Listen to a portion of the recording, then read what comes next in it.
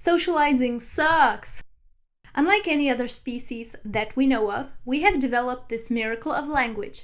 You could say that misunderstandings are still more common than understandings, but hey, it's pretty neat. But what do we do with it? We gossip. You could say that that is what makes us human because approximately 2/3 of all conversations between people are devoted to gossip. That is way too much. Though perhaps not the outwardly malicious form of it, although you could also argue about what counts as malicious, gossip really seems to be at the core of society. Without it, it's possible there would be no society. Wait, I'm sold. Gossiping together seems to be the equivalent of primate grooming, so what it is bonding. And it is done in order to maintain social cohesion by, surprise, peer pressure. We need to sacrifice some level of individualism to get the group protection against predators. But in a big group, the stress on the individual increases. For monkeys, harassment by others can actually mess with a female's menstrual cycles, leading to potential infertility. With gossip, we control potential and emphasis on potential because we do not care about the truth. Free riders who do not pay their dues to society. Now, what do these dues look like? You gotta socialize with the group. So, if you don't want to spend time with potentially bad people, these bad people in turn will make your life a living hell. Good choice. Maybe people don't control others maliciously, but it is natural that we need enemies, and when we don't have any, we create some in order to protect our sense of self. Hey, first, let's prove that the soul actually exists, and then get back to me about protecting this nonsensical sense of self. So pretentious. But that is how people bond over common enemies, because they need to differentiate themselves from someone to create their identity. You find suitable targets to create an external enemy, and then renounce it together. Hate and aggression make people attached to others, and more so than love. I think that we mostly fear gossip because we remember that not too long ago, it is something which could very well have destroyed us should the mob turn against us. We are past this, right? The status of a person was rooted in their fama, or the talk about an individual that continually adjusts honor and assigns rank or standing. Hey, it's only common knowledge about a person. But it also determined their place in a society. So it was basically a feature of a medieval surveillance society. It was even given weight in medieval legal battles. Great. So it was important to foster good relationships with everyone. It always needs context of the social setting, though. Shows how objective and connected to reality it is. If you try to talk about a person somewhere else, there could be repercussions and accusations of defamation. But you would have to have been there to fully understand what a beach this person was. When faced with bad gossip, the only option was often to move.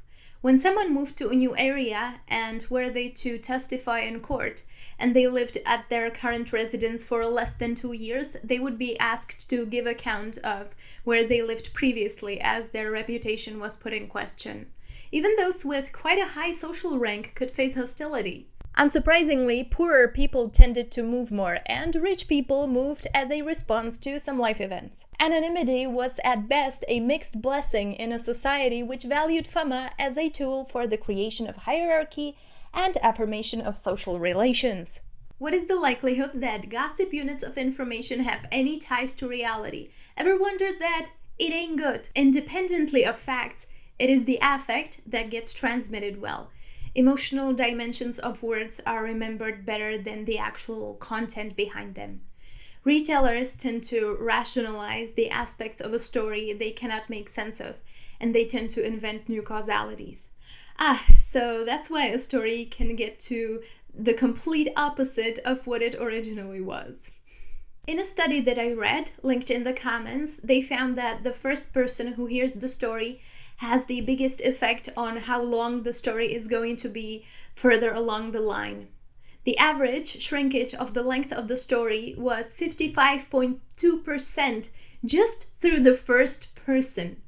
There was almost no correlation between surprisingness levels and the preservation of facts, so whether a story is more surprising has no effect on whether its facts get transmitted well.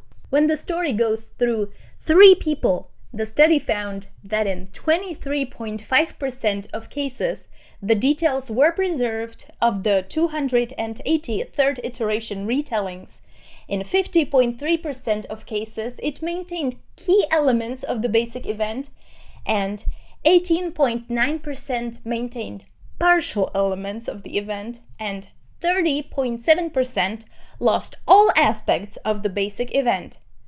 Makes me wonder why we talk at all then. Bizarre story details often disappear or are greatly eroded.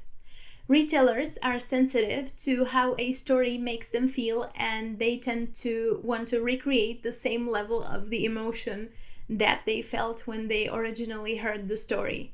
The primary purpose of this gossip is not to retell a story, but to entertain the audience the same way the first person was originally entertained. Gossip, I mean communication, shapes balance of power within a workplace, but how exactly depends on what kind of gossip it is. Is it positive? Negative? Credible?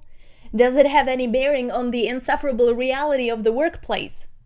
Negative gossip will increase the perceived power of the gossiper over the people who hear them, as it could be interpreted as, this person has power to punish us with gossiping about us. Positive gossip shows others your power too, but in a way where you show them, I have the power to spread good things about you.